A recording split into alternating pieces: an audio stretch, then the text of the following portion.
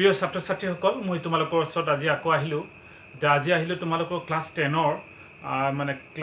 Chapter number 7 মানে control and coordination মানে সমন্বয় নিয়ন্ত্ৰণ আৰু সমন্বয় চেপ্টাৰৰ মই এটা ক্লাছ কৰিছিলোঁ আৰু এইটো ক্লাছ এই কাৰণে কৰা হৈছিল কাৰণ আমাৰ ডিস্ট্ৰিক্ট গোৱালপাৰা ডিস্ট্ৰিক্টত আমাৰ ISR তত্ত্বাৱধানত মানে সেকেন্ড অ্যাসাইনমেন্ট টেষ্টৰ কাৰণে যিখিনি সিলেবাস আছে সেই সিলেবাসখিনি কভাৰ কৰাৰ কাৰণে অনলাইন কিছুমান ক্লাছৰ সুবিধা কৰি দিয়া হৈছে যাতে ছাত্ৰ ছাত্ৰীসকলে অনলাইন ক্লাছ কৰি অ্যাসাইনমেন্ট টেষ্টখিনি দিব পাৰে আৰু ইয়াৰ উপৰিও মই কিন্তু বেলেগকে ভিডিঅ'বিলাক বনাই আছো তোমালোকে হয়তো ইতিমধ্যে বহুত কেইটা ভিডিঅ' পাইছা মই ক্লাছ 10ৰেই চেপ্টাৰ 1 কমপ্লিট কৰিছো চেপ্টাৰ 12 কমপ্লিট কৰিছো চেপ্টাৰ 10 প্ৰায় শেষৰ ফালে গৈ আছে সেইখিনি তোমালোকে নিশ্চয় চাইছা মোৰ এই চেনেলত মোৰ চেনেলটোৰ নাম হৈছে ফিজিক্স উইথ নবীৰ ছাৰ নিশ্চয় তোমালোকে সাবস্ক্ৰাইব কৰি মানে ভিডিঅ'বিলাক চাই ল'বা যাতে তোমালোকৰ সুবিধা হয় নিশ্চয় আগৰ ক্লাছবিলাক বুজি পোৱাত তোমালোকৰ সুবিধা হ'ব এতিয়া আজি আহো যে মই কৈছিলো যে এইটো সিৰিজ চলি থাকিব এইটো সিৰিজটো হৈছে তোমাৰ স্পেশাল সিৰিজ সেইটো হৈছে মানে সেকেন্ড অ্যাসাইনমেন্ট টেষ্টৰ কাৰণে গোৱালপাৰা ডিস্ট্ৰিক্টৰ বাৰু কথালৈ আহো মেইন কথালৈ আহো গতিকে আমাৰ সমন্বয় মানে নিয়ন্ত্ৰণ আৰু সমন্বয় চেপ্টাৰ ক্লাছ 10ৰ 7 চেপ্টাৰ নম্বৰ অধ্যায় 7 মানে নিয়ন্ত্ৰণ আৰু সমন্বয়ৰ যেটো চেপ্টাৰ আছিল সেই চেপ্টাৰটো মই ইতিমধ্যে আৰম্ভ কৰিছিলো আৰু তাতে বহুতখিনি কথা আলোচনা কৰা হৈছিল যেনেকৈ কৈছিলো যে না মানে স্নায়ুতন্ত্ৰৰ গঠন সম্পৰ্কে কাৰ্যকৰী একক নিউৰন তাৰ গঠন কেনেকুৱা আছিল নিউৰনৰ পাৰ্টস কি আছিল আৰু সেই নিউৰনৰ যোগেদি কেনেকৈ মেছেজবিলাক বাৰ্তাবিলাক কেনেকৈ প্ৰেৰণ হয় আৰু স্নায়ু কেনেকুৱা ধৰণৰ তিনটা ক্লাসিফিকেশনৰ কথা অলৰেডি ব্যাখ্যা কৰিছিলো গতিকে তাৰ পৰাই মই ক্লাছটো কেৰি অন কৰিম আশা কৰো আগৰ ক্লাছটো তোমালোকে খুব ধুনীয়াকৈ বুজি পাইছা গতিকে মই আজি তাৰ পিছৰ পৰাই মই ক্লাছটো আৰম্ভ কৰিম আজি ক্লাছটো আৰম্ভ কৰো গতিকে আগৰ ক্লাছৰ পৰা যিখিনি আমি গম পালো তাৰ পৰাই মই আৰম্ভ কৰিম so The control and coordination chapter মই কোৱাৰ নিচিনাকে মানে কি আমাৰ শৰীৰৰ যাৱতীয় কামখিনি যাতে সুচাৰুৰূপে সমন্বয় আৰু নিয়ন্ত্ৰণৰ যোগেদি সম্পন্ন হয় তাৰ কাৰণে আমাৰ এটা সিস্টেম লাগে মানে দুই ধৰণৰ সিস্টেমে কাম কৰে এটা হৈছে তোমাৰ স্নায়ুতন্ত্ৰ আৰু এটা হৰমনতন্ত্ৰ স্নায়ুতন্ত্ৰৰ কথাবিলাক প্ৰথমে আলোচনা কৰি আছো তাৰ পিছত হৰমনতন্ত্ৰৰ কথাবিলাক সেপাৰেটকৈ আলোচনা কৰিম তেতিয়ালে স্নায়ুতন্ত্ৰৰ গতিকে স্নায়ুতন্ত্ৰনো কি সেই সম্পৰ্কে আগৰ ক্লাছত কৈছিলো যদিও তাৰ মানে ডিভিজন বিলাক অংশবিলাক তেনেকুৱা দেখুৱা হোৱা নাছিল গতিকে আজি আলোচনা কৰো স্নায়ুতন্ত্ৰৰ অংশবিলাক কি বা সেই সম্পৰ্কে আজি আলোচনা কৰিম সো মই অলৰেডি ব্ল্যাক বোৰ্ডত এটি মানে বোৰ্ডত ইতিমধ্যে লিখি ৰাখিছো তোমালোকে স্ক্ৰিনশ্বট মাৰি ল'ব পাৰা তাৰ পিছত এটা এটাকে আলোচনা কৰিম তোমালোকৰ সুবিধা হোৱাৰ কাৰণে সো স্নায়ুতন্ত্ৰ মানে হৈছে কি নাৰ্ভাছ সিস্টেম নাৰ্ভাছ সিস্টেম হ'ব নাৰ্ভাছ সিস্টেম স্নায়ুতন্ত্ৰ মেইনলি দুটা ভাগত বিভক্ত হৈ থাকে এটা কোৱা হয় কেন্দ্ৰীয় স্নায়ুতন্ত্ৰ সেন্ট্ৰেল নাৰ্ভাছ সিস্টেম CNS বুলি কোৱা সংক্ষেপে কেন্দ্ৰীয় স্নায়ুতন্ত্ৰ আৰু এটা কোৱা হয় PNS পেৰিফেৰেল নাৰ্ভাছ সিস্টেম প্ৰান্তীয় স্নায়ুতন্ত্ৰ these are the two classification of nervous system এই দুটা হৈছে তোমাৰ স্নায়ুতন্ত্ৰৰ দুটা মেইন ভাগ মুখ্য ভাগ অৰ্থাৎ স্নায়ুতন্ত্ৰনো কি সেই মানে স্নায়ুতন্ত্ৰ কৈছিল যে স্নায়ুতন্ত্ৰ হৈছে শৰীৰৰ যিমানখিনি কন্ট্ৰোল আৰু নিয়ন্ত্ৰণৰ কাৰণে যিমানখিনি যোগাযোগ সমন্বয় ৰক্ষা কৰাৰ কাৰণে যেটো সিস্টেম বা যেটো ব্যৱস্থা লাগে এই ব্যৱস্থাই হৈছে তন্ত্ৰ আৰু স্নায়ুতন্ত্ৰৰ মেইন ভাগ দুটা হৈছে এটা হৈছে কিমা কেন্দ্ৰীয় স্নায়ুতন্ত্ৰ আৰু এটা কোৱা হয় প্ৰান্তীয় স্নায়ুতন্ত্ৰ কেন্দ্ৰীয় স্নায়ুতন্ত্ৰৰ কথা প্ৰথমে আলোচনা কৰিম তাৰ পিছত বাৰু প্ৰান্তীয় স্নায়ুতন্ত্ৰ পেৰিফেৰেল নাৰ্ভাছ সিস্টেমৰ কথা পিছত আলোচনা কৰিম সো কেন্দ্ৰীয় স্নায়ুতন্ত্ৰ সেন্ট্ৰেল নাৰ্ভাছ সিস্টেম মেইনলি দুটা বস্তু লৈ বা দুটা অংশ লৈ মানে অংগ লৈ গঠিত এটা হৈছে তোমাৰ মস্তিষ্ক আমি ব্ৰেইন বুলি কওঁ যেটো সকলো মানে কন্ট্ৰোলৰ মানে শৰীৰৰ গতিখিনি বস্তু যাৱতীয় বস্তু ব্ৰেইনে নিয়ন্ত্ৰণ কৰে কন্ট্ৰোল কৰে এটো হৈছে মস্তিষ্কই নিয়ন্ত্ৰণ কৰে এটো কেন্দ্ৰীয় স্নায়ুতন্ত্ৰৰ এটা অংশ আৰু এটা অংশ দুই নম্বৰ অংশটো হৈছে স্নায়ুৰুজ্জ মানে ইংৰাজীত কোৱা হয় স্পাইনাল কৰ্ড স্নায়ুৰুজ্জটো হৈছে তো আমাৰ ৰাজহাড়ৰ মাজত স্নায়ুতন্ত্ৰৰ যেটো অংশ থাকে হেতু হৈছে স্নায়ুৰজ্জু বুলি কোৱা হয় এটো এটা স্নায়ুৰজ্জু আৰু মস্তিষ্ক এই দুটা বস্তু লৈ কেন্দ্ৰীয় স্নায়ুতন্ত্ৰ গঠিত হয় সেন্ট্ৰেল নাৰ্ভাছ সিস্টেমটো গঠিত হয় আৰু বাকি যিমানখিনি নাৰ্ভছ থাকে বা স্নায়ুটি যিখিনি থাকে মানে ব্ৰেইনৰ পৰা আৰম্ভ কৰি গটেই মানে স্নায়ুৰুজ্জৰ পৰা গোটেইখিনি অংগ পতংগলৈ বা সেন্স অৰ্গেনলৈ বা সংবেদনশীল অংগলৈ বা সংগ্ৰাহীলৈ যিমানখিনি নাৰ্ভছবিলাক জড়িত হৈ থাকে মানে কানেকশ্যন হৈ থাকে সেই গোটেইখিনিক একেলগে তাক কোৱা হয় প্ৰান্তীয় স্নায়ুতন্ত্ৰ মই যদি এটা ৰাফলি এটা ডায়াগ্ৰাম যদি মানে ড্ৰ কৰিব পাৰোঁ তোমালোকৰ বুজাত সুবিধা হ'ব চোৱা আমি এনেকৈ ভাবিব পাৰোঁ যে সাপোজ এইটো মানুহৰ এটা হিউমেন ব্ৰেইন এইটো হিউমেন ব্ৰেইন এনেকুৱা আছে বাৰু এইটো হৈছে তোমাৰ ব্ৰেইন মানুহৰ ব্ৰেইন তোমাৰ মস্তিষ্ক আৰু এইটো হৈছে স্নায়ুৰুজ্জ মানে ৰাজহাড়ৰ কথা যে কৈছিলোঁ ৰাজহাড়ৰ মাজত স্নায়ুৰুজ্জ গঠিত হৈ থাকে তো স্নায়ুৰুজ্জ এইটো আৰু এইটো ব্ৰেইন আৰু এই গোটেইখিনিৰ মাজত সংযোগবিলাক কেনেকৈ কানেকশ্যন হৈ থাকে মোক কৈছিলোঁ কাৰ্যকৰী একক মানে হৈছে কি নিউৰনবিলাক এটাৰ পিছত এটা নিউৰন লগ লাগি থাকে তিনি ধৰণৰ নিউৰন থাকে বাৰু এটাৰ পিছত এটাকে লগ লাগি থাকে এটা মানে এটা নিউৰনৰ পিছত আৰু এটা নিউৰন মাজত যিখিনি খালী জাগা থাকে বা সংযোগীটোৰ পথ থাকে সেই পথ বা ৰাস্তাটোক কি বুলি কোৱা হৈছিলে চাইনেপছ কেনেকৈ তাত মানে মেকানিজিমখিনি কেনেকৈ হৈছিলে সেই আগৰ ক্লাছত ব্যাখ্যা কৰিছিলোঁ তোমালোকে যদি আগৰ ক্লাছটো চোৱা নাই মোৰ লিংক মানে ভিডিঅ'ৰ লিংকত মানে তলত লিংক আছে লিংকটো চাই তাতে গ'লে তোমালোকে সেই ভিডিঅ'টো পাই যাবা চাই ল'ব পাৰিবা চ' এইটো কৈছিলোঁ যে এইটো ব্ৰেইন আৰু ব্ৰেইনৰ বাকীখিনি স্নায়ুৰুজ্জু ৰাজহাড়ৰ মাজত থাকে এইটোক কোৱা হয় মানে স্নায়ুৰুজ্জু ঠিক আছে এইটোক কোৱা হয় স্নায়ুৰুজ্জু এই দুটা কোৱা হয় এই দুটাক একেলগে আমি কওঁ কেন্দ্ৰীয় স্নায়ুতন্ত্ৰ এইটো হৈছে মেইন ব্ৰেইনটো হৈছে তোমাৰ মানে কণ্ট্ৰলৰ মেইন কাম কৰে শৰীৰৰ যিমানখিনি যাৱতীয় কণ্ট্ৰল বা নিয়ন্ত্ৰণ কৰিব লাগে সেইটো হৈছে তোমাৰ ব্ৰেইনে বা চিন্তা যিখিনি কৰোঁ আমি আৰু স্নায়ুৰুজ্জ তাৰ পৰা কালেকশ্যন কৰে বিভিন্ন ধৰণৰ বাৰ্তা মেছেজ সংবেদনশীল অংগৰ পৰা অহা বিভিন্ন ধৰণৰ মেছেজ আহি ইয়াৰ যোগেদি আহি ব্ৰেইনলৈকে মানে আহি যায় গতিকে এই দুটাক একেলগে আমি কি বুলি কৈছোঁ কেন্দ্ৰীয় স্নায়ুতন্ত্ৰ ঠিক আছে মনত থাকিব এই কেন্দ্ৰীয় স্নায়ুতন্ত্ৰৰ দুটা অংশ এটা হৈছে মস্তিষ্ক আৰু এটা হৈছে স্নায়ুৰুজ্জ ঠিক আছে ইয়াৰ লগত ব্ৰেইনৰ পৰাও বিভিন্ন ধৰণৰ নাৰ্ভছ থাকে এনেকুৱা স্নায়ু থাকে বিভিন্ন ধৰণৰ চাৰিওফালে এনেকুৱা নাৰ্ভছ থাকে এই যিখিনি নাৰ্ভছ এই নাৰ্ভছখিনি শৰীৰৰ বিভিন্ন সেন্স অৰ্গেন সংগ্ৰাহীলৈ মানে প্ৰবাহিত হৈ থাকে সংগ্ৰাহী মানে য'ত ৰিচিভড কৰা হয় সংবেদী অংগবিলাকৰ লগত মানে ইয়াৰ আগৰ ক্লাছত যেনেকৈ কৈছিলোঁ যে সংবেদী অংগ থাকে বা সংবেদনশীল অংগ থাকে সেন্স অৰ্গেন থাকে এই সেন্স অৰ্গেনবিলাকৰ মানে যিমানখিনি মেছেজ বাহ্যিক পৰিৱেশৰ পৰা যিমানখিনি মেছেজ বা উদ্দীপনা সংগ্ৰহ কৰে সেইবিলাক ইয়াৰ যোগেদি আহি অৰ্থাৎ পেৰিফেৰেল নাৰ্ভাছ ছিষ্টেমৰ যোগেদি আহি প্ৰান্তীয় স্নায়ুতন্ত্ৰৰ যোগেদি আহি কিছুমান ডাইৰেক্ট ব্ৰেইনৰ লগত কানেকশ্যন কিছুমান স্নায়ুৰুজ্জৰ মাজেদি আহি ব্ৰেইনলৈকে গুচি যায় আকৌ ব্ৰেইনে সেইমতে যিটো বাৰ্তা পায় মস্তিষ্কই সেইমতে সেই বাৰ্তাটো এনালাইচিছ কৰি যিটো দৰকাৰী মানে মেছেজ আকৌ পঠিয়াব লাগে সেই দৰকাৰী মেছেজটো আকৌ ব্ৰেইনে স্নায়ুৰুজ্জৰ যোগেদি আকৌ পেশী কলালৈ বাৰ্তা পঠিয়ায় তাক আমি বেলেগ ধৰণৰ নাম দিছিলোঁ যে আজ্ঞাবাহী স্নায়ুৰ যোগেদি এটা বাৰ্তা পঠিয়ায় যে সেইমতে পেশী কলাই সেইমতে কাম কৰে কেতিয়াবা হাতখন উঠাই ল'ব লাগে যদি সাপোজ ধৰি লৈছোঁ যে মই কোনোবা গৰম অঞ্চলত যদি গৰম এৰিয়াত যদি মই হাতখন দিওঁ তেতিয়াহ'লে তাৰ পৰা মেছেজ আহিব ব্ৰেইনে এনালাইচিছ কৰিব এনালাইচিছ কৰাৰ পিছত এনেকৈ আকৌ ব্ৰেইনে আকৌ মেছেজ পঠিয়াব যে নহয় তুমি হাতখন মানে গুচাই দিয়া তেতিয়াহ'লে হাতখন সেইমতে গুচাই দিয়া হয় গতিকে এই দুটা ছিষ্টেমক আমি কৈছিলোঁ যে কেন্দ্ৰীয় স্নায়ুতন্ত্ৰ আৰু বাকী যিখিনি এই বাহিৰৰ যিখিনি বস্তু আছে এইবিলাকক কোৱা হয় প্ৰান্তীয় স্নায়ুতন্ত্ৰ ঠিক আছে so' these are the main two parts of nervous system ঠিক আছে নিশ্চয় তোমালোকে এইখিনি কথা বুজি পাইছা এটা হৈছে প্ৰান্তীয় স্নায়ুতন্ত্ৰ মানে বাহিৰৰ যিখিনি আমাৰ বিভিন্ন শৰীৰৰ অংগ প্ৰত্যংগৰ লগত জড়িত হৈ থাকে এইবিলাক হৈছে প্ৰান্তীয় স্নায়ুতন্ত্ৰ আৰু কেন্দ্ৰীয় স্নায়ুতন্ত্ৰৰ মাজত দুটা বস্তু থাকে এটা হৈছে মস্তিষ্ক আৰু এটা হৈছে স্নায়ুৰুজ্জ গতিকে এইখিনি আছিল তোমাৰ নাৰ্ভাছ ছিষ্টেমৰ বিভিন্ন অংগ ইয়াৰ ভিতৰত আৰু কিছুমান পাৰ্টছ আছে বাৰু সেইবিলাক আমি পিছলৈ আলোচনা কৰিম তেতিয়াহ'লে আমি এইখিনি কথা গম পালোঁ এতিয়া আমি আহিম যে প্ৰান্তীয় স্নায়ুতন্ত্ৰ আকৌ কিছুমান স্নায়ুৰ দ্বাৰা গঠিত সেইবিলাকক কোৱা হয় ক্ৰেনিয়েল স্নায়ু আৰু কিছুমান অসংখ্য স্নায়ু এইবিলাক ক্ৰেনিয়েল স্নায়ু মানে যিবিলাক ব্ৰেইনৰ পৰা আহে সেইবিলাকক কোৱা হয় ক্ৰেনিয়েল স্নায়ু আৰু তাৰ উপৰিও মানে এইটো কোৱা হয় স্নায়ুৰুজ্জুৰ পৰা কিছুমান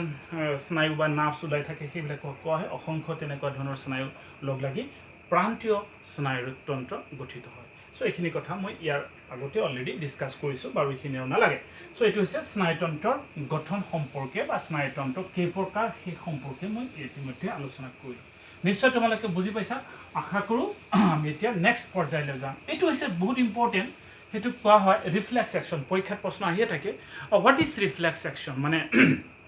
প্ৰতিক্ৰিয়ানো কি চ' এইখিনি কথা মই লিখি ৰাখিছোঁ বাৰু পিছত স্ক্ৰীনশ্বট মাৰিবা তাৰ আগতে অলপখিনি আমি এক্সপ্লেইন কৰিব লাগিব যে ৰিফ্লেক্স একশ্যন কি প্ৰতিক্ৰিয়ানো কি বস্তু চ' মই ইতিমধ্যে আমি ব্যাখ্যা কৰিছিলোঁ যে আমি কোনো এটা কাম সম্পূৰ্ণ কৰা বা মানে ব্ৰেইনে কোনো এটা বাৰ্তা মেছেজ মানে পোৱাৰ পিছত সেইটো এনালাইচিছ কৰে এনালাইচিছ কৰাৰ পিছত সেই বাৰ্তা অনুসৰি যিটো আজ্ঞা বা যিটো মানে ৱাৰ্ডাৰ পঠিয়াব লাগে সেইটো মানে আজ্ঞাবাহী নিউৰনৰ যোগেদি পেশীকলালৈ প্ৰেৰণ কৰে সেইমতে পেশীকলাই কাম কৰে এইটো আছিলে নৰ্মেল ছিষ্টেম ঠিক আছে কিন্তু কেতিয়াবা আমাৰ শৰীৰত কেতিয়াবা কোনো ইমাৰ্জেঞ্চি জৰুৰীকালীন অৱস্থাৰ সৃষ্টি হ'লে যেতিয়া আমাৰ সংবেদনশীল অংগৰ পৰা কেতিয়াবা যদি আমাৰ বাহ্যিক কোনো জৰুৰীকালীন অৱস্থাৰ বাৰ্তা প্ৰেৰণ বাৰ্তা লাভ কৰে মানে সংগ্ৰাহী মানে অৰ্গেনবিলাকে ৰিচিপ্টৰবিলাকে তেতিয়া সেই মেছেজটো সেই বাৰ্তাটো মানে আহি প্ৰথমে আহিব মানে মানে স্নায়ুতন্ত্ৰ স্পাইনাল কোড মানে হৈছে তোমাৰ স্নায়ুৰজ্জুত আহিব আৰু স্নায়ুৰজ্জুই যদি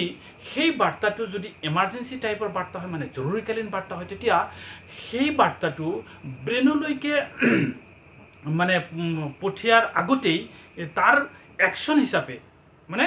যিটো মেছেজ আহিব ক'ৰ পৰা চেন্স অৰ্গানৰ পৰা যিটো বা ৰিচিপ্টৰৰ পৰা সংগ্ৰাহী অংগৰ পৰা যিটো মেছেজ আহিব সেইটো মেছেজটো যদি খুব জৰুৰীকালীন মেছেজ হয় তেতিয়াহ'লে বা জৰুৰীকালীন বাৰ্তা হয় তেতিয়াহ'লে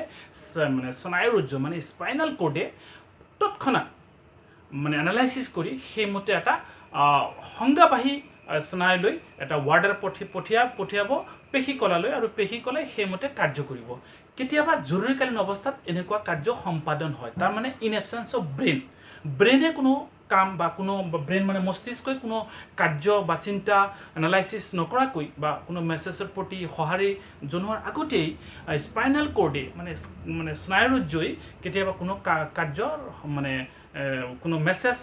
এনালাইচিছ কৰি তাৰ প্ৰতি কাৰ্য সম্পাদন কৰে তেনেকুৱা কাৰ্যক কোৱা হয় প্ৰতিক্ৰিয়া আচলতে এটা কুইক একশ্যন খুব সোনকালে সংঘটিত হয় আচলতে ঘটনাটো তোমালোকক মই যদি এটা এক্সাম্পলৰ সহায়ত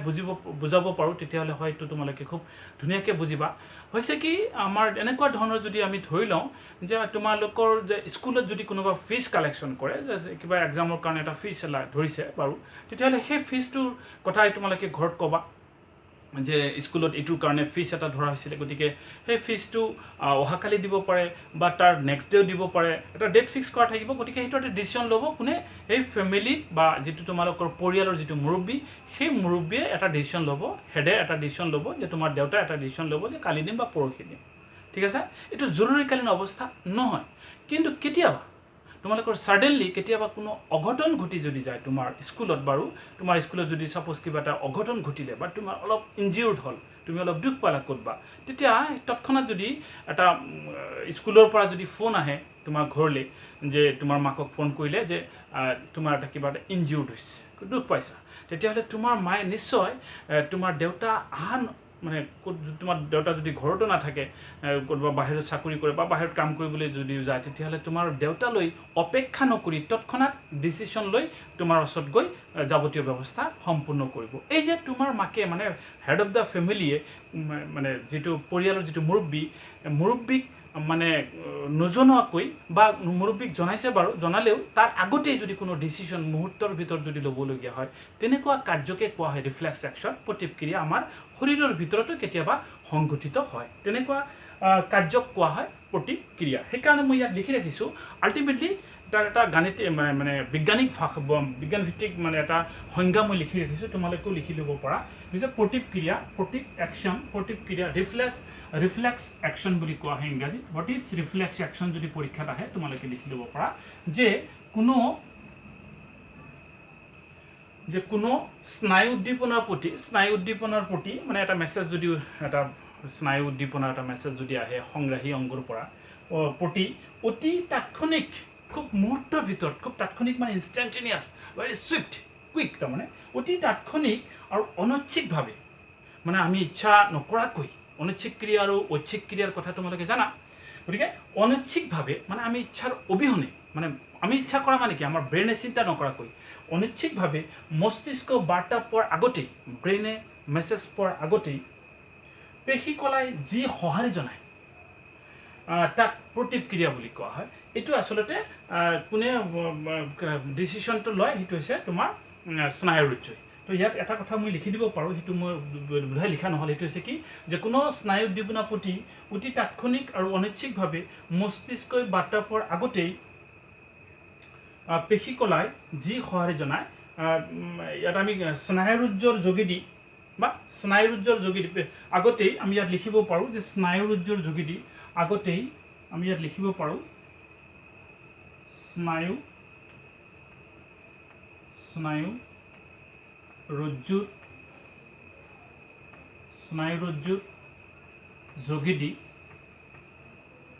স্নায়ুৰুজ্জৰ যোগেদি পেশী কলাই যি সঁহাৰি জনায় তাক আমি ৰিফ্লেক্স একশ্যন বুলি কওঁ। ঠিক আছে, প্ৰতিক্ৰিয়া বুলি কওঁ। ঠিক আছে, আল্টিমেটলি প্ৰতিক্ৰিয়া হৈছে যে যদি কোনো আমি ছাপ'জ আমি এনেকৈ ধৰি ল'ব পাৰোঁ যে ছাপ'জ মোৰ হাতখন খুব গৰম ঠাইত মই স্পৰ্শ কৰিলোঁ। স্পৰ্শ কৰাৰ লগে লগে মোৰ সংগ্ৰাহীবিলাক মানে চেন্স অৰ্গেনবিলাকে মানে বাহিৰৰ যিটো গৰম সেইটো গৰমৰ যিটো উদ্দীপনা সংগ্ৰহ কৰিব। সেই গৰমৰ মেছেজটো সংগ্ৰহ কৰাৰ পিছত সেই মেছেজটো আমাৰ শৰীৰৰ মানে সংজ্ঞাবাহী স্নায়ুৰ যোগেদি স্নায়ুৰুজ্জত আহি পাব। স্নায়ুৰুজ্জই যিহেতু পৰিস্থিতিটো জৰুৰীকালীন পৰিস্থিতি, গতিকে স্নায়ুৰুজ্জই সেই বাৰ্তাটো এনালাইচিছ কৰি তাৰ কাৰণে এটা একশ্যন ল'ব। কি একশ্যন? যে হাতখন গুচাই আনিব লাগে। সেই অৰ্ডাৰটো দিব পেশী কলালৈ। কাৰ যোগেদি? আজ্ঞাবাহী স্নায়ুৰ যোগেদি অৰ্ডাৰটো দিব যে পেশী কলাই তুমি হাতখন সোনকালে গুচাই লোৱা। চ' দিছ একশ্যন ভেৰি কুইক একশ্যন। চ' এইটোক আমি একশ্যনটো কৰিলোঁ অনৈচ্ছিকভাৱে, মানে আমাৰ ইচ্ছাৰ অবিহনে। কেলে? চোৱা, আমি ব্ৰেইনলৈকে এতিয়ালৈকে খবৰ পঠিওৱা নাই। পিছত বাৰু স্নায়ুৰুজ্জই মেছেজটো ব্ৰেইনলৈকে পঠিয়াই দিব, অৰ্থাৎ মেছেজ যাব, কিন্তু ব্ৰেইনে বা মস্তিষ্কই সিদ্ধান্ত লোৱাৰ আগতেই, ডিচিশ্যন লোৱাৰ আগতেই স্পাইনাল কৰ্ড স্নায়ুৰুজ্জই ডিচিশ্যন লয়। So' this is the process. This process is called প্ৰতিক্ৰিয়া, ৰিফ্লেক্স একশ্যন। আৰু ৰিফ্লেক্স একশ্যন যিটো ৰাস্তাত সংঘটিত হয়, যিটো পথেদি ৰিফ্লেক্স একশ্যনটো মই কৈছোঁ অলৰেডি, ৰাস্তাটো মই কৈছোঁ যে সংগ্ৰাহী অংগৰ পৰা সংজ্ঞাবাহী স্নায়ুলৈকে বা তেনেকৈ যিটো ৰাস্তাৰে ৰিফ্লেক্স একশ্যন বা প্ৰতিক্ৰিয়া সংঘটিত হয়, সেই পথটোকেই কোৱা হয় প্ৰতিপধনু। আৰু এটা ইম্পৰ্টেণ্ট টাৰ্মছ, সেইটোকো কোৱা হয় প্ৰতিপধনু, ৰিফ্লেক্স আৰ্ক। পৰীক্ষাত বহুত বাৰ প্ৰশ্ন তেনেকৈ আহে যে প্ৰতিপধনু কি লিখা। গতিকে প্ৰতিপধনু হৈছে যে তলৰ যি পথত প্ৰতিক্ৰিয়া সম্পূৰ্ণ হয় তাক প্ৰতিপধনু বুলি কোৱা হয়। তলৰ মই লিখিছোঁ, আচলতে মোৰ তলত জাগা নাই, মই ওপৰতে লিখিম বাৰু। তোমালোকে তলত লিখি তলতেই ডায়েগ্ৰামটো দি দিবা। এটা চিত্ৰ আছে, সেই চিত্ৰটো দি দিবা। এটা মানে ডায়েগ্ৰাম আছে, সেইটো দি দিবা। চ' কি হৈছে যে তলৰ যি পথত প্ৰতিক্ৰিয়া সম্পূৰ্ণ হয়, প্ৰতিক্ৰিয়া যিটো ৰাস্তাত সংঘটিত হয়, তাকেই প্ৰতিপধনু বুলি কোৱা হয়। যি ৰাস্তাটো কেনেকুৱা? ৰাস্তাটো হৈছে এনেকুৱা। এইখিনি কথা তোমালোকে লিখি দিলেই তোমালোকৰ এইটো হৈ যাব। প্ৰথম হৈছে তোমাৰ সংগ্ৰাহী বা গ্ৰাহক।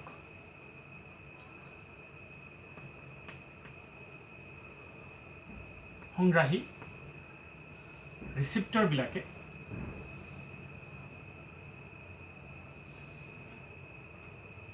এটা বাহ্যিক পৰিৱেশৰ জৰুৰীকালীন বাৰ্তা এটা সংগ্ৰহ কৰিব সংগ্ৰাহী, আৰু এই বাৰ্তাটো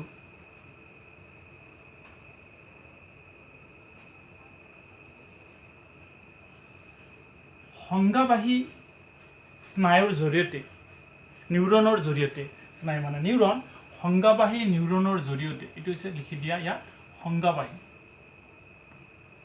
সংজ্ঞাবাহী নিউৰন,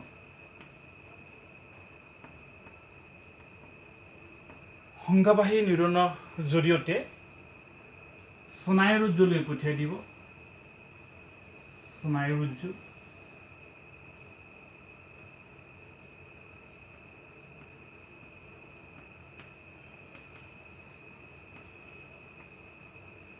স্নায়ুৰুজ্জলৈ পঠিয়াই দিব স্পাইনাল কৰ্ড। আৰু স্পাইনাল কৰ্ডে আৰু এটা বস্তুৰ জৰিয়তে, সেইটোক কোৱা হয়, এইখিনি লিখিছা, মই মুচি দিবলগীয়া হৈছে বাৰু।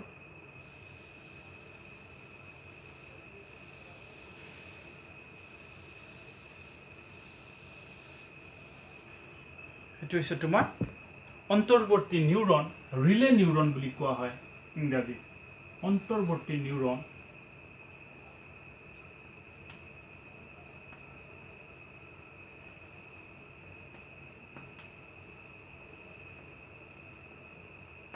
অন্তৰ্বৰ্তী নিউৰনৰ যোগেদি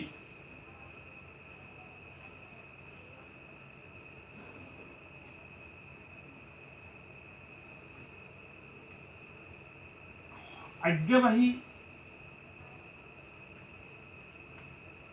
নিউৰনলৈকে আজ্ঞাবাহী নিউৰনৰ যোগেদি কাৰ্যকৰী কলা লৈকে মেছেজটো পঠিয়াই দিব যে তাৰ মতে একশন ল'ব লাগে এটো হৈছে তোমাৰ কাৰ্যকৰী কলা ঠিক আছে এটো হৈছে তোমাৰ কাৰ্যকৰী এই পথছোৱাকেই কোৱা হয় এই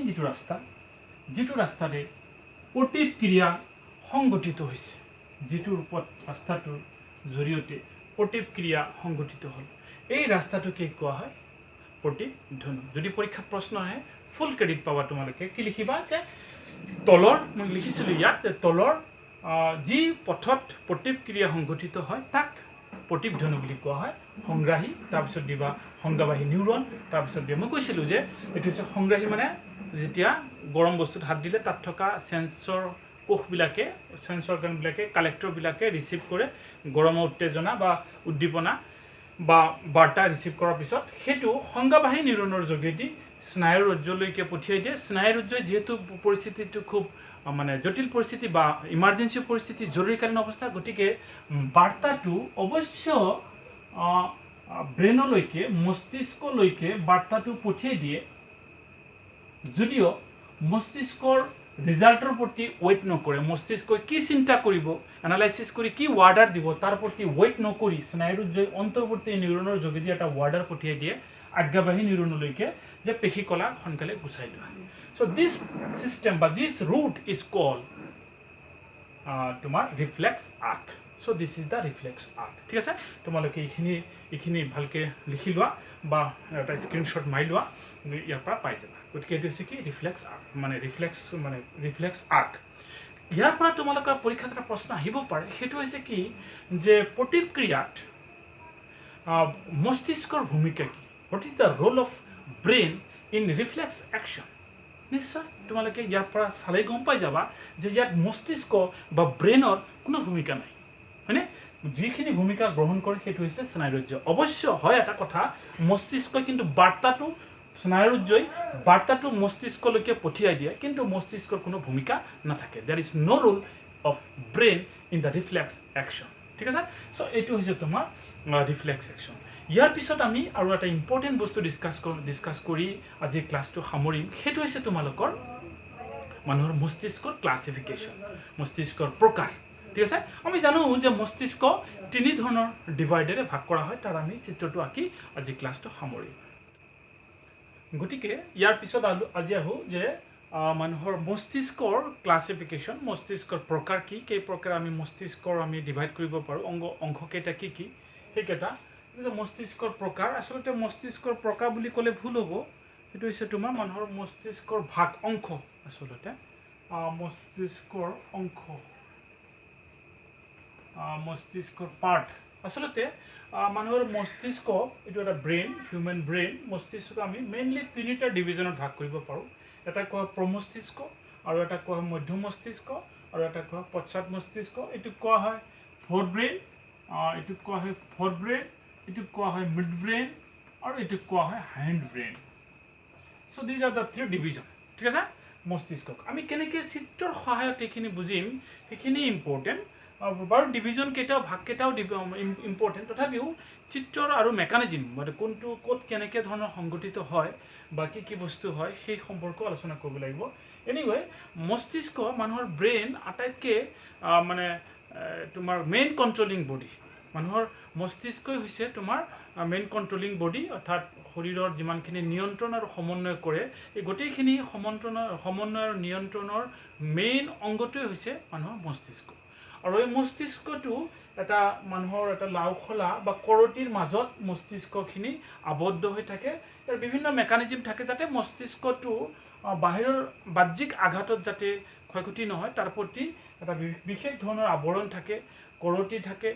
তেনেকুৱা ধৰণৰ আৱৰণৰ মাজত সুৰক্ষিতভাৱে মানুহৰ মস্তিষ্কটো মানে সংযোগ হৈ আছে। এই মস্তিষ্কৰ প্ৰথম ভাগটো হৈছে প্ৰমস্তিষ্ক। প্ৰমস্তিষ্ক মানে হৈছে তোমাৰ ফৰ ব্ৰেইনটো হৈছে তোমাৰ এইখিনি,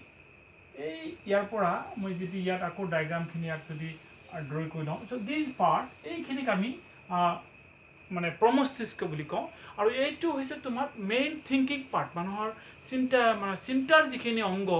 মেইন থিংকিং পাৰ্টখিনি হৈছে প্ৰমস্তিষ্কৰ এইখিনি অংশ। আৰু ইয়াত মেইন থিংকিং পাৰ্টৰ যিখিনি অংগ বা যিখিনি বস্তু থাকে, সেই থিংকিং পাৰ্টখিনিৰ কাম কৰে চেৰিব্ৰাম। আমি যিমানখিনি কাৰুকাৰ্য কৰোঁ, ঐচ্ছিক কাৰ্য মানে আমাৰ ইচ্ছা অনুযায়ী যিমান হাতখন লৰাই আছোঁ, মুখখন লৰাই আছোঁ, কথা পাতি আছোঁ, খোজকাঢ়ি আছোঁ, তো বিভিন্ন ধৰণৰ আমাৰ ঐচ্ছিক কাৰ্য যিমানখিনি আমাৰ চেয়াৰখন লৰাই আছোঁ, যিমানখিনি আমাৰ ঐচ্ছিক কাৰ্য মানে আমাৰ ইচ্ছা অনুযায়ী যিমানখিনি কাৰ্য সম্পাদন কৰা হৈ আছে, মানুহৰ এই মস্তিষ্কৰ এইটো অংশই ইয়াৰ কাৰণে ৰেছপনচিবল, দায়ী। কিন্তু সেইটো কোৱা হৈছে প্ৰমস্তিষ্কৰ cerebrum. Cerebrum is the responsible for any voluntary action, মানে ঐচ্ছিক কাৰ্য সম্পাদনৰ কাৰণে চেৰিব্ৰাম। ঠিক আছে। তাৰপিছত আহিব তোমাৰ মধ্য মস্তিষ্ক। মধ্য মস্তিষ্ক হৈছে তোমাৰ এইখিনি, এই মাজৰ পাৰ্টটোক আমি একেলগে এইখিনি পাৰ্টটোক আমি মধ্য মস্তিষ্ক বুলি কওঁ। ইয়াত দেখি দিছোঁ মই, এই পাৰ্টটোক মধ্য মস্তিষ্ক বুলি কোৱা হয়। গতিকে মধ্য মস্তিষ্কৰ এইখিনিৰ ভিতৰত আমি মেইনলি দুটা বস্তু পাওঁ। এটা কোৱা হাইপথেলামাছ, হাইপথেলামাছ মেইনলি দুটা বস্তু পাওঁ। এটা কোৱা হাইপথেলামাছ, এইটো হৈছে থেলামাছ। এই হাইপথেলামাছে একচুৱেলি মানে বিভিন্ন ধৰণৰ হৰমনৰ গাঢ়তা নিয়ন্ত্ৰণ কৰে। মানে আমাৰ বৃদ্ধি বিকাশৰ কাৰণে যিমানখিনি হৰমন লাগে, মানে হৰমন মানে নিঃসৰণ হ'ব লাগে, সেই হৰমনখিনিৰ এমাউণ্ট, গাঢ়তা, কনচেনট্ৰেশ্যনটো নিয়ন্ত্ৰণ কৰে হাইপথেলামাছে। আৰু এটা বস্তু ইয়াৰ লগত জড়িত আছে, এইটো কোৱা হয় পেটুইটাৰী গ্লেণ্ড, পেটুইটাৰী গ্ৰন্থি। 2 নম্বৰ বস্তু এইটো হৈছে মধ্য মস্তিষ্কৰ অংশ। গতিকে মধ্য মস্তিষ্কৰ আৰু এটা অংশ হৈছে পেটুইটাৰী গ্ৰন্থি। এইটো এটা গ্ৰন্থি, হাইপথেলামাছ অলছো সেইটো এটা গ্ৰন্থি, গ্লেণ্ড হয়। গতিকে ই কি কৰে যে হৰমনবিলাকৰ গাঢ়তা নিয়ন্ত্ৰণ কৰে, পেটুইটাৰী গ্ৰন্থি। আৰু এই পেটুইটাৰী গ্ৰন্থিক মাষ্টাৰ গ্লেণ্ড বুলি কোৱা হয় এইকাৰণেই, কাৰণ এই পেটুইটাৰী গ্ৰন্থিয়ে বিভিন্ন ধৰণৰ বহুত ধৰণৰ হৰমন নিঃসৰণ কৰে। পেটুইটাৰী গ্ৰন্থিয়ে মানে বৃদ্ধি বিকাশ যিমান ধৰণৰ হৰমন আছে, গোটেইকেইটা হৰমন এই পেটুইটাৰী গ্ৰন্থিয়ে, বেছিভাগ হৰমনে পেটুইটাৰী গ্ৰন্থিয়ে নিঃসৰণ কৰে কাৰণে ইয়াক আমি মাষ্টাৰ গ্লেণ্ড বুলিও কোৱা হয়, বা পেটুইটাৰী গ্লেণ্ড বুলি কওঁ আমি। চ' এইটো হৈছে তোমাৰ মধ্য মস্তিষ্কৰ এটা ভাগ বা ইয়াৰ কাৰ্যখিনি মেকানিজমখিনি অলৰেডি আমি ব্যাখ্যা কৰিলোঁ। ইয়াৰ পিছত আৰু এটা বস্তু আছে, সেইটো হৈছে তোমাৰ পশ্চাৎ মস্তিষ্ক। পশ্চাৎ মস্তিষ্কক এই তিনিটাত আমি ডিভাইড কৰিব পাৰোঁ। ইয়াৰ অংশকেইটাক আমি তিনিটা ভাগত ভাগ কৰিব পাৰোঁ। এইটো হৈছে তোমাৰ এটা পঞ্চ বুলি কোৱা হয়, তাৰপিছত থাকে মেডুলা, আৰু এই ইয়াত ফুলৰ নিচিনা যেটা বস্তু থাকে সেইটো কোৱা হয় চেৰিব্লাম। আগৰটো আছিলে চেৰিব্ৰাম আৰু এইটো হৈছে চেৰিব্লাম। ডিফাৰেঞ্চটো আছে বাৰু, পিছত কৈ আছোঁ। চ' এইখিনিক আমি পশ্চাৎ মস্তিষ্ক বুলি কওঁ। আমি এইখিনিক আমি পশ্চাৎ মস্তিষ্ক, এইটোক আমি একেলগে কি বুলি কওঁ? পশ্চাৎ মস্তিষ্ক। পশ্চাৎ মস্তিষ্ক মানে হৈছে কি যে হাইণ্ড ব্ৰেইন। ইয়াত কি থাকে? পঞ্চ থাকে, মেডুলা থাকে আৰু চেৰিব্লামে থাকে। মেডুলা হৈছে আমাৰ যিমানখিনি অনৈচ্ছিক কাৰ্য, মানে আমাৰ কেতিয়াবা আমি শৰীৰৰ ভিতৰত থকা ছাপ'জ মানে খাদ্যৰ, যেতিয়া কোনো স্বাদযুক্ত খাদ্যৰ কথা যদি আমি ভাবি লওঁ, তেতিয়া লগে লগে আমাৰ লালতি ওলাই যায়। ঠিক আছে। বা বমিটিং হ'লে বমিটিৰ ফিল আমি ইচ্ছা অনুযায়ী আমি বন্ধ কৰিব নোৱাৰোঁ। অনৈচ্ছিক কাৰ্য, বমিটিৰ এটা চেঞ্চ, বমি হোৱাৰ এটা উদ্ভৱ এটা আহি যায়। তো তেনেকুৱা ধৰণৰ, বা আমি ৰ'দৰ ভিতৰত গ'লে আমাৰ চকুৰ মণিৰ আকাৰ সৰু হৈ যায় অনৈচ্ছিকভাৱে, নিজে নিজে আমি এইটো কণ্ট্ৰল কৰিব নোৱাৰোঁ। হাৰ্ট বিট, ব্লাড প্ৰেছাৰ, চ' যাৱতীয় যিমানখিনি কাৰ্য আছে, সেই যাৱতীয় যিমানখিনি অনৈচ্ছিকভাৱে, মানে হাৰ্টবিটৰ কথা যে ক'লোঁ, এই অনৈচ্ছিকভাৱে যিমানখিনি কাৰ্য আছে আমাৰ ইচ্ছা অনুযায়ী যিবিলাক আমি নিয়ন্ত্ৰণ কৰিব নোৱাৰোঁ, এই গোটেইখিনি কাৰ্য মেডুলাই, মানে পশ্চাৎ মস্তিষ্কৰ মেডুলাই নিয়ন্ত্ৰণ কৰে। ঠিক আছে। সেইটো হৈছে তোমাৰ মেডুলাৰ ফাংচন মেডুলাৰ কাম আৰু এটা বস্তু আছে পশ্চাৎ মস্তিষ্কৰ এটা অংশ আছে এইটো কয় চেৰিব্লাম হৈছে শৰীৰৰ সমতা ৰক্ষা কৰে এই কণ্ট্ৰল দ্য বডি বেলেঞ্চ মানে শৰীৰৰ সমতা ৰক্ষা কৰে যেনেকৈ আমি সৰুৰ পৰা খোজকঢ়া শিকোঁ বেলেঞ্চ কৰা শিকোঁ চাইকেল চলোৱা শিকোঁ তেনেকুৱা ধৰণৰ শৰীৰৰ সমতা ৰক্ষা কৰাৰ কাম কোনে কৰে চেৰিব্লামে গতিকে চেৰিব্লাম আৰু cerebrum these are the two difference thing cerebellum হৈছে তোমাৰ প্ৰমস্তিষ্কৰ এটা অংশ যিয়ে মুখ্য চিন্তাৰ মানে কাম কৰে সেইটো হৈছে তোমাৰ মেইন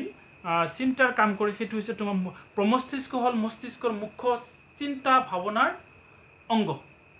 চেৰিব্ৰাম হৈছে মুখ্য চিন্তা ভাৱনাৰ অংগ কিন্তু চেৰিব্লামে শৰীৰৰ